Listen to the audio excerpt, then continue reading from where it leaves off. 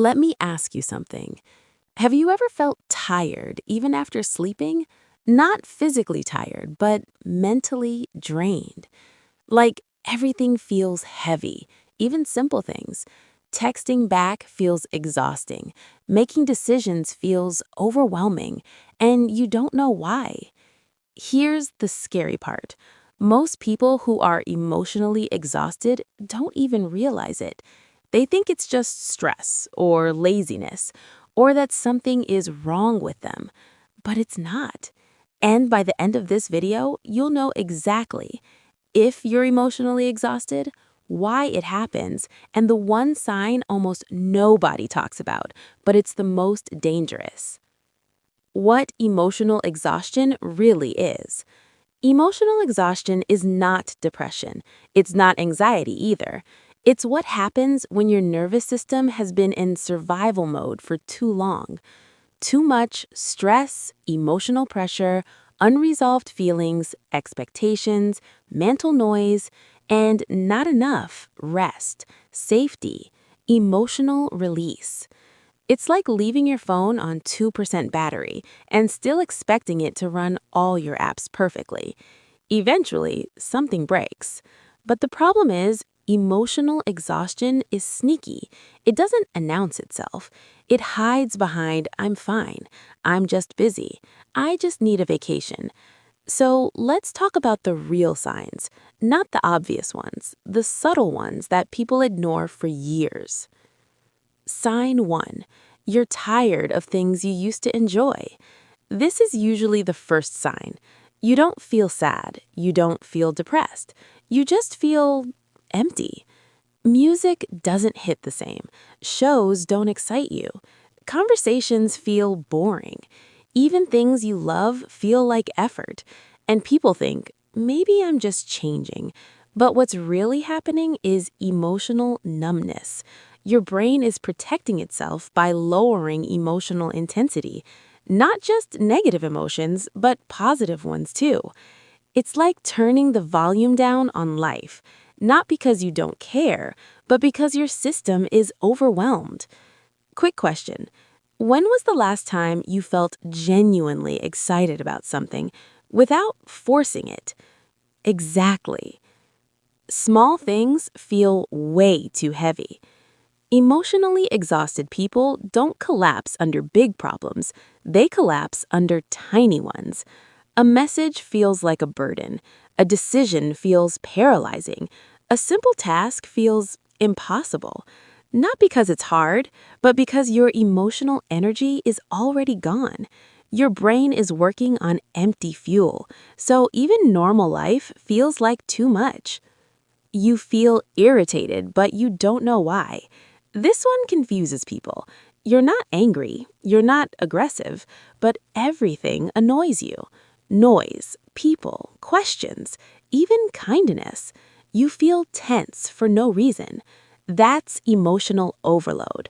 Your nervous system is overstimulated, so it reacts to everything as a threat. Not because things are bad, but because your system is already saturated. And later in this video, I'm going to show you the sign that looks like motivation, but it's actually emotional collapse in disguise. Most people are proud of it, and that's why it destroys them. You're always fine. This is one of the most dangerous signs. When someone asks how you are, you say, I'm good, I'm okay, all good.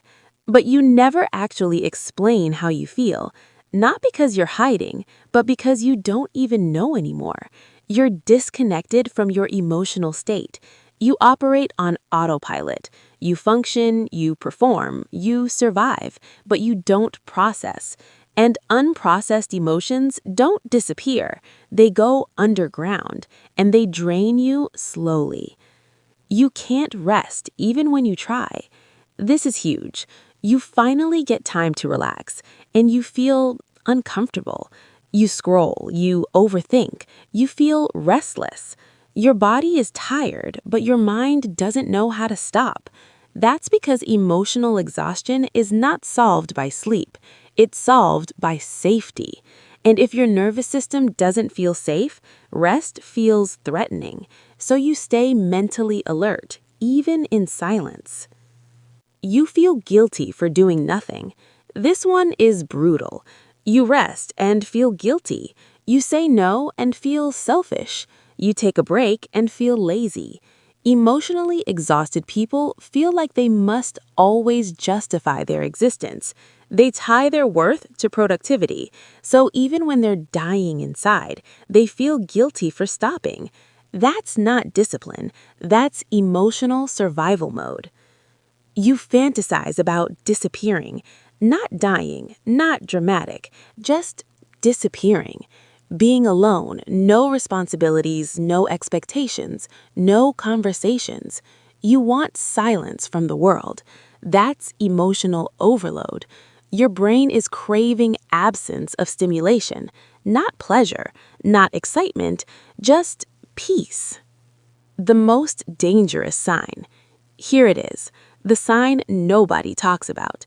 You become extremely responsible, high functioning, reliable, always strong. You handle everything, you never complain, you keep going, and people admire you, but inside, you're exhausted. This is the worst form of emotional exhaustion, functional collapse. You're not falling apart, you're holding everything together, and that's why no one notices, including you. Why this happens. Most emotionally exhausted people didn't become this way overnight. It's years of emotional suppression, over-adaptation, people-pleasing, self-neglect. You learned to survive by being useful, by being strong, by not needing help. So your nervous system learned one rule: rest is dangerous, stop is unsafe. And now, even when life is calm, your body stays in defense mode. How to start healing. Not with motivation, not with productivity hacks, but with emotional regulation. Here's where it starts.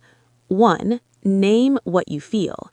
Not fine, not tired, specific, overwhelmed, empty, irritated, disconnected. Your brain needs language to process emotion. 2. Reduce emotional noise.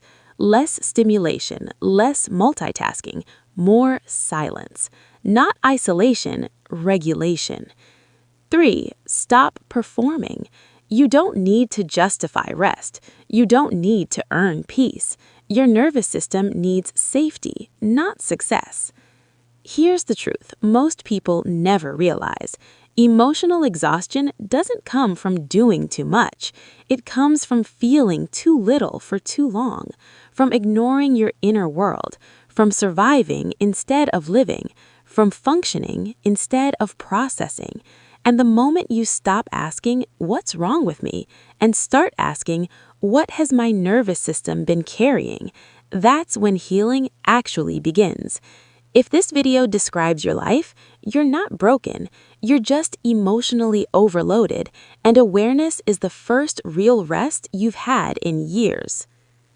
If this made you feel understood, subscribe to Clear Mind, because on this channel, we don't fix symptoms. We teach you how your mind actually works and how to finally feel human again.